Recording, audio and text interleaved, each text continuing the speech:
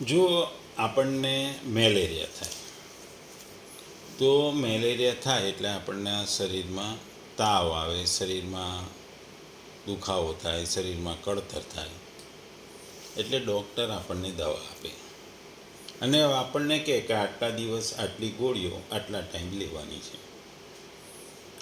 એ ગોળીઓનો course આપણે પૂર્ણ કરીએ એટલે આપણને મેલેરિયામાંથી આઝાદી મળી જાય.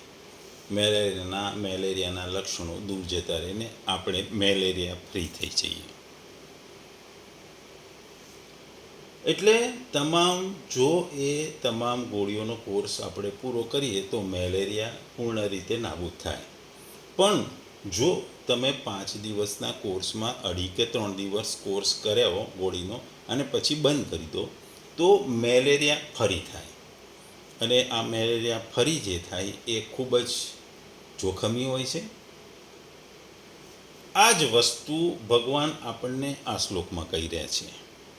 ધારો કે એક કપડું હોય, સ્વચ્છ કપડું હોય, ચોખ્ખું કપડું હોય ને એક જ કલરનું કપડું હોય, એની ઉપર જુદા જુદા કલરની જો તમારે ડિઝાઇન બનાવવી હોય કે જુદા જુદા કલરની એની ઉપર જાત જાતની જો ડિઝાઇનોને ચિતરવી હોય તો એ કપડા ઉપર સરસ રીતે એ ડિઝાઇન ઉપસી આવે. પણ જો આ સ્વચ્છ એક સરખા રંગનો કપડાની જગ્યાએ ગંદો કપડો હોય, જુદા જુદા ડાઘા પડેલા હોય, જુદા જુદા સ્ટેન્સ એટલે કે ડાઘાઓ જુદા જુદા જાતના પડેલા હોય, અને જો આવા કપડા ઉપર જુદા કલરની જો તમારે ડિઝાઇન બનાવવાનો પ્રયાસ કરવામાં આવે તો એ કપડા ઉપર ડિઝાઇન બરાબર બનશે નહીં. ડિઝાઇનમાં યુનિફોર્મિટી નહીં રહે, કારણ કે ગંદા કપડાને લીધે અમુક ડિઝાઇનમાં ગંદકી દેખાશે, અમુક કલરમાં કલર વધારે દેખાશે, અમુકમાં આછો દેખાશે, એટલે યુનિફોર્મિટી જળવાશે નહીં. એક ડિઝાઇનની યુનિફોર્મિટી જળવાશે નહીં. એ જ વાત અહીં ભગવાન આપણને આ શ્લોકમાં કહે છે કે જો તમે તમામ પાપ કર્મોનો ત્યાગ કરી અને પુણ્ય કર્મો કરો અને દ્વંદ્વોથી મૂળ મુક્ત થઈ જાઓ અને પુણ્ય કર્મ કરો તો પાપ કર્મો સમૂળગા નાશ પામશે, નષ્ટ થશે. એટલે પાપનો નાશ થશે તો જ સંપૂર્ણ નાશ થશે તો પુણ્ય થશે. ભગવદ્ ગીતાનો અધ્યાય 7મો જ્ઞાન વિજ્ઞાન યોગ શ્લોક 28મો. એસામ ત્વંતગતમ પાપમ જનાનામ પુણ્યકર્માણામ તે ધંધ મોહિત નિર્મુક્તા ભજન્તે માં દ્રઢવરતા. ગુજરાતીમાં જો આ શ્લોકને કહીએ તો કે જે મનુષ્યએ પૂર્વજન્મમાં તથા આ જન્મમાં પુણ્યકર્મો કર્યા છે અને જેમના પાપકર્મો સમૂળગા નષ્ટ થયા છે તેઓ મોહના દ્વંદ્વોથી મુક્ત થઈ જાય છે અને મારી સેવામાં દ્રઢ નિશ્ચયપૂર્વક પરોવાઈ જાય છે. બીજા શબ્દોમાં આ શ્લોકને કહીએ તો પરંતુ નિષ્કામ ભાવે ઉત્તમ કર્મોનું આચરણ કરનાર જે માણસોનું પાપ નષ્ટ થઈ ચૂક્યું છે એ રાગ દ્વેષ જેની દ્વંદ્વરૂપી મોહથી મુક્ત થયેલા દ્રઢ નિશ્ચયી ભક્તો મને સર્વ રીતે ભજે છે. ભગવાન અહીં પુણ્યની વાત કરે છે. પુણ્ય કર્મ તમને ક્યારે મળે છે? આ જન્મના, પૂર્વજન્મના. આ પુણ્ય કર્મ જ્યારે મળે કે જ્યારે તમારા પાપના કર્મો સમૂળગા નષ્ટ થઈ જાય, પાપ કર્મો તમે સંપૂર્ણ નાબૂદ થઈ જાય અને તમે મોહના દ્વંદ્વોથી મુક્ત થઈ જાય. એટલે જે વ્યક્તિ તમામ પ્રકારના પાપોથી દૂર જાય છે, પાપોનો નષ્ટ કરી દે છે, એ પાપોને પોતાના કર્મોથી નષ્ટ કરી પુણ્ય મેળવે છે અને જેનું મન રાગ દ્વેષ દોના દ્વંદ્વથી મુક્ત થયેલું છે એવો દ્રઢ નિશ્ચયી જે વ્યક્તિ હોય, એ ભક્ત હોય, એ મને બધી જ રીતે ભજે છે. એ ભગવાન આ શ્લોકમાં કહે છે. આ શ્લોકમાં ખાસ કરીને ભગવાન દિવ્ય સ્થિતિમાં ઉન્નત થવા પાત્ર મનુષ્યો માટેનો ઉલ્લેખ કરે છે. જે મનુષ્યો પાપી છે, નાસ્તિક છે, મૂર્ખ છે, કપટી છે, સકામ કર્મો કરે છે, તેમના માટે ઈચ્છા તથા દેશના ધનને પાર કરવું એ અઘરું છે, વૈતરણી પાર કરવા જેવું છે. માત્ર એવા જ મનુષ્યો ભક્તિનો સ્વીકાર કરી ક્રમશઃ પૂર્ણ પુરુષોત્તમ ના શુદ્ધ જ્ઞાનને પ્રાપ્ત કરે છે, કે જેમણે ધર્મના નીતિ નિયમોનું પાલન કરવામાં, પુણ્ય કર્મ કરવામાં તથા પાપ કર્મોને જીતી લેવામાં પોતાનું સમગ્ર જીવન વ્યતીત કર્યું છે, અને ધીરે ધીરે તેઓ સમાધિમાં પૂર્ણ પરમેશ્વરને પ્રાપ્ત કરે છે. ટૂંકમાં જો આ શ્લોકમાં જો આપણે સમજીએ તો જુદા જુદા જન્મો મળે છે. આત્મા અમર છે આપણે જાણીએ છીએ, અને આત્મા જુદા જુદી યોનિઓમાં જન્મ લે છે. કહેવાય છે કે મનુષ્ય યોનિનો જન્મ એ તમારે કર્મો, સારા સકામ કર્મોને બદલે નિષ્કામ કર્મો કરી મોક્ષ પ્રાપ્તિ માટેનું ઉત્તમ સાધન છે. એટલે કે મનુષ્ય જન્મ એ તમને મોક્ષ માણવા માટે, મુક્તિ માટેનું છેલ્લું પગથિયું છે. મનુષ્યનો જન્મ, મનુષ્ય યોનિમાં જન્મ તમને મુક્તિ માટે મળે છે, અને આ મનુષ્ય જન્મમાં તમારે તમારી આસ્થા, ભક્તિ, કર્મો કરીને તમારે મુક્તિ મેળવવાનો પ્રયાસ કરવાનો હોય છે. ઘણા લોકો મુક્તિ પામે છે, ઘણા લોકો મુક્તિને પામતા નથી. કારણ કે સારા કર્મો જો તમે કરો તો તમારું હૃદય ધીમે ધીમે પવિત્ર બને છે. આને કારણે સદગુણ વધે છે, રજસ અને તમસ ગુણો ઓછા થઈ જાય છે. આને કારણે મન શાંત, સ્વસ્થ બને છે, અને ધીરે ધીરે આપણામાંથી હું પદ ભરેલી હંતા નાશ પામતી જાય છે. એ ધીરે ધીરે નાશ પામે છે, અને તમે ધીમે ધીમે ધીમે આધ્યાત્મિકતા તરફ વળો છો. જેમ જેમ તમે આધ્યાત્મિકમાં તરફ વળતા જાઓ છો, તેમ ધીમે ધીમે તમારી દિવ્ય જ્યોતિ અને તમારું વ્યક્તિત્વ એ ઉજ્જવળ બનતું જાય છે, અને તમે પોતે વ્યક્તિત્વ વિહીન બની જાઓ છો, અને પછી તમને મોક્ષની પ્રાપ્તિ થાય છે. આ શ્લોકમાં ભગવાન કહે છે કે ખાસ કરીને ભગવાને દ્રઢ વ્રતા કહેવતું છે ભક્ત માટે. એનું કહેવાનો મતલબ એ છે કે અમારે તો કેવળ પરમાત્મા તરફ જવું છે, અમારું બીજું કોઈ લક્ષ્ય છે જ નહીં. કારણ કે પરમાત્મા દ્વૈત કે અદ્વૈત, શુદ્ધાદ્વૈત કે વિશિષ્ટાદ્વૈત, સગુણ છે કે નિર્ગુણ, દ્વિભુજ છે કે ચતુર્ભુજ, એની સાથે અમારે કોઈ મતલબ નથી. અમારે માટે ગમે તેવી પરિસ્થિતિ આવે કે સર્જાય, ગમે ત્યાં રાખે, ગમે તે રીતે રાખે, એનો અમારે કોઈ મતલબ નથી. બસ અમારે તે કેવળ પરમાત્મા તરફ જવું છે, એવા નિશ્ચયથી તેઓ દ્રઢવ્રતી બની જાય છે. જો મોટા મોટા પ્રલોભનો અને વિઘ્નો આવવા છતાં કોઈને પણ કંઈ પણ પરવા કર્યા વગર ભજનના બળથી બધાને પદ દલિત કરતા રહી પોતાના શ્રદ્ધા, ભક્તિમય વિચારો અને નિયમમાં દ્રઢતાથી આગળ વધે છે અને અટલ રહે છે, જરાય વિચલિત થતા નથી. એવા દ્રઢ નિશ્ચયી ભક્તો માટે અહીં દ્રઢ વ્રત કહેવામાં આવ્યું છે. અહીં તું શબ્દનો પણ પ્રયોગ થયો છે. સાધારણ જન સમુદાય કરતાં ભગવાનના શ્રેષ્ઠ ભક્તોની વિશેષતા બતાવવા માટે તું શબ્દનો પ્રયોગ થયો છે. જે લોકો જન્મ જન્માંતરથી શાસ્ત્રવિદ, યજ્ઞ, દાન, તપ વગેરે શ્રેષ્ઠ કર્મો અને ભગવાનની ભક્તિ કરતા આવ્યા છે, તથા પૂર્વ સંસ્કાર અને ઉત્તમ સંજ્ઞા પ્રભાવથી જેઓ આ જન્મમાં પણ નિષ્કામ ભાવથી શ્રેષ્ઠ કર્મોનું આચરણ અને ભગવાનનું ભજન કરે છે, અને જેમના દુર્ગુણ, દુરાચારી બધા દોષો એનો સંપૂર્ણ નાશ થઈ જાય છે, જે થઈ ગયો છે, જેઓ પવિત્ર અંતઃકરણવાળા થઈ ગયા છે, તેરા માટે કહેવાય છે કે નિષ્કામ ભાવથી શ્રેષ્ઠ કર્મોનું આચરણ કરનાર જે પુરુષોના પાપ નષ્ટ થઈ ગયા છે. અહીં ભગવાને આગળ દ્વંદ્વ મોહથી મુક્ત થવું એ પણ કીધું છે. આપણે આગળના શ્લોકમાં જોઈ ગયા કે રાગ દ્વેષથી ઉત્પન્ન થનારા સુખ, દુઃખ, હર્ષ, શોક વગેરે દ્વંદ્વના સમુદાય રૂપ મોહથી સર્વતા રહિત થઈ જવું, અર્થાત સાંસારિક સુખ દુઃખથી તેના સંયોગ વિયોગ થવાથી ક્યારે અને કોઈ પણ અવસ્થામાં ચિત્તમાં કોઈ પણ પ્રકારનો વિકાર ન થવો, એ દ્વંદ્વ મોહથી મુક્ત થવું જોઈએ. એટલે કે શરીરને સુખ દુઃખ ઊંચ નીચ કોઈની પણ અસર થાય નહીં.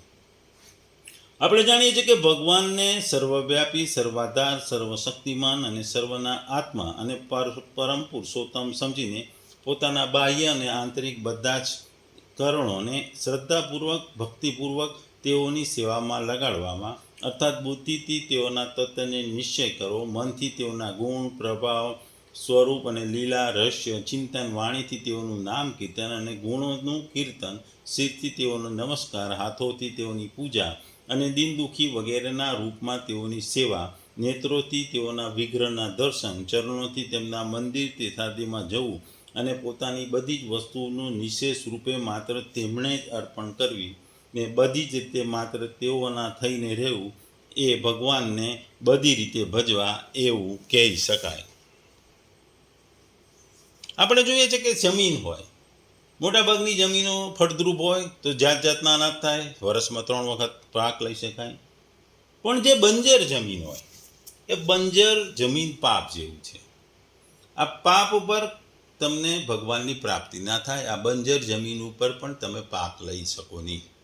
આ બંજર જમીનને તમે ફળદ્રુપ બનાવો તો જ પછી એમાં જાત જાતના પાક લેવાય. એવી જ રીતે આ પાપના ટોપલાને ખાલી કરી એને પુણ્યના ટોપલાથી જો તમે ભરો તો તમે ધીરે ધીરે ભગવત પ્રાપ્તિ કે મોક્ષની પ્રાપ્તિ કરી શકો.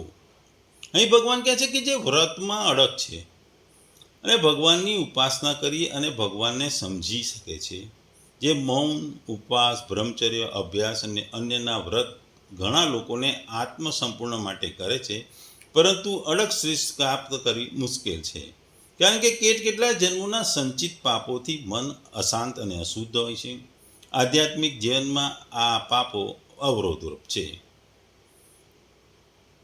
એટલે પાપીના માણસના હૃદયમાં આધ્યાત્મિકના નો પ્રકાશ ઉત્પન્ન થતો નથી.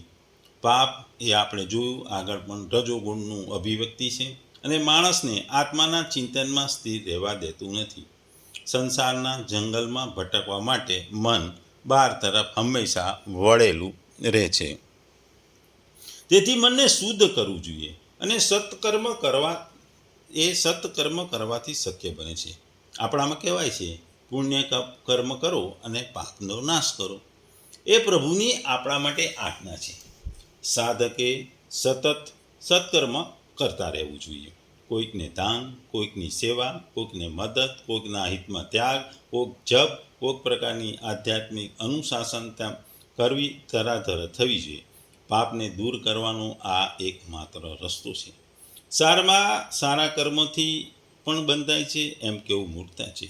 ખરાબને માત્ર સારાથી દૂર કરી શકાય છે અને અનુભૂતિના અંતિમ તબક્કામાં ખરાબ અને સારા બંને પાછળ રહી જાય છે. પણ સાક્ષાત્કાર થયા પછી પણ પ્રભુને ફરમાવ્યું છે કે માનવતા માટે દાખલો બેસાડવા ખાતર સત્કાર્ય તો ચાલુ રાખવા જોઈએ. ભગવાન કહે છે કે સારા કાર્યો કરનાર માણસ ક્યારેય નીચી સ્થિતિમાં આવતો નથી કે નીચી યોનિમાં જન્મતો નથી.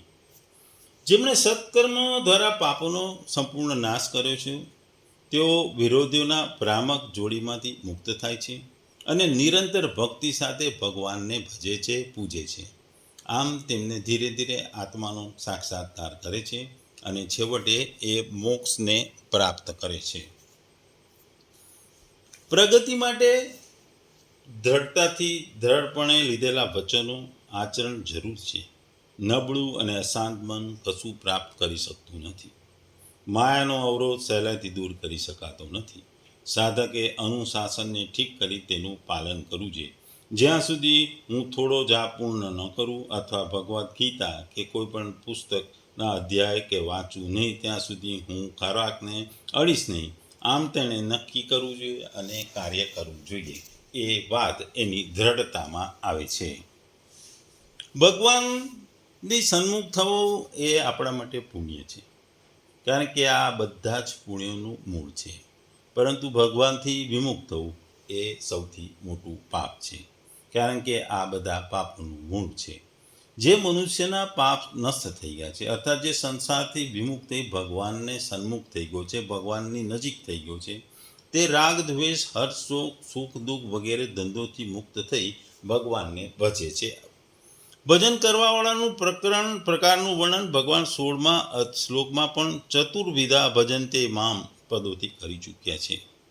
આપણે જોયું કે રાગ દ્વેષ એ મનુષ્યને સંસાર તરફ ખેંચા રહે છે. જ્યાં સુધી એક વસ્તુમાં રાગ હોય છે ત્યારે બીજી વસ્તુમાં દ્વેષ રહે છે. કારણ કે મનુષ્ય કોઈ વસ્તુની સન્મુખે થશે તો કોઈ વસ્તુથી દૂર જશે કે વિમુખ થશે. જ્યાં સુધી મનુષ્યની અંદર રાગ અને દ્વેષ રહેશે ત્યાં સુધી તે સંપૂર્ણ રીતે ભગવાનની સન્મુખ જઈ શકતો નથી. કારણ કે તેનો સંબંધ સંસાર સાથે જોડાયેલો હોય છે. તેનો જેટલો માત્રામાં સંસાર સાથે રાગ છે એટલી માત્રામાં ભગવાન સાથે દ્વેષ અર્થાત વિમુખતા છે. આપણે આગલા શ્લોકોમાં કહ્યું કે આસક્તિ અને આસક્તિને કારણે જે રાગ પેદા થાય છે, રાગને કારણે આપણને મોહ જાગે છે. આપણને આ વસ્તુ મળવી જોઈએ, આ વસ્તુ આપણને ગમશે, આ વસ્તુ મારે જોઈએ, આ વસ્તુ વગર મારે ચાલે નહીં, એ બધો રાગ પેદા થાય છે. આ રાગને ધીરે ધીરે જ્યારે આ વસ્તુઓ તમને મળે નહીં અથવા આ વસ્તુઓ તમારાથી દૂર જાય તો તમે એ વસ્તુઓ પ્રત્યે દ્વેષ થાય છે. એટલે સંસારમાં રહેવાથી રાગ અને દ્વેષ તો ઉત્પન્ન થાય છે. એટલે ભગવાન કહે છે કે સંસારથી વિમુખ થવું જોઈએ. સંસારથી વિમુખ થવું જરૂરી છે. એટલે સંસારથી વિમુખ થવું એ પુણ્ય છે. સંસારની સન્મુખ રહેવું એ આપણા માટે પાપ છે. ભગવાન કહે છે કે જ્યારે એ નિશ્ચય થઈ ગયો છે કે મારે તો કેવળ ભગવાન તરફ ચાલવાનું છે, તો એ નિશ્ચયથી અર્થાત ઈશ્વરાભિમુખ થવાથી વિમુખતા ચાલી જાય છે, જેનો પાપોની જડ કપાઈ જાય છે. કારણ કે ભગવાનથી વિમુખતા જ પાપોનું એકમાત્ર મુખ્ય કારણ છે. સંતોએ પણ કહ્યું છે, સાધુ સંતો અને વિદ્વાનોએ પણ કહ્યું છે કે દોઢ જ પાપ છે અને દોઢ જ પુણ્ય છે. ભગવાનથી વિમુખ થવું એ પૂરું પાપ છે અને દુર્ગુણ દુરાચારમાં લાગવું એ અડધું પાપ છે. એવી જ રીતે ભગવાનથી સન્મુખ થવું એ પૂરું પુણ્ય છે અને સદ્ગુણ સદાચારોમાં લાગવું એ અડધું પુણ્ય છે. તાત્પર્ય એ થઈ છે કે જ્યારે મનુષ્ય ભગવાનને સર્વથા શરણે થઈ જાય છે ત્યારે એના તમામ પાપોનો અંત આવી જાય છે, પાપ પૂર્ણ થઈ જાય છે. ટૂંકમાં ભગવાન આ શ્લોકમાં કહે છે કે પાપ પરમ આત્મા સાથેની એકરૂપતાને ભૂલી જવાથી જવી એ મોટામાં મોટું પાપ છે. ભેદ જુઓ એ પાપ છે. શરીરને આત્મા માનવો તથા જગતને સાચું માનવું તે પાપ છે. સ્વાર્થ પણ પાપ છે, અહંકાર પણ પાપ છે અને અજ્ઞાનતા પણ પાપ છે. એટલે સારા પરંતુ જે પુણ્યશાળી મનુષ્ય માણસોના પાપનો નાશ થયો છે, એ સંપૂર્ણ નાશ થયો છે અને જેના દ્વંદ્વના મોહથી જે મુક્ત થઈ ગયા છે એવો દ્રઢ નિશ્ચયી વ્યક્તિ મને ભજે છે, એ પુણ્યશાળી બને છે અને પુણ્ય મળતા પુણ્યનો ભંડાર વધતા એ ધીરે ધીરે ભગવત પ્રાપ્તિ એટલે કે મોક્ષને પ્રાપ્ત કરે છે.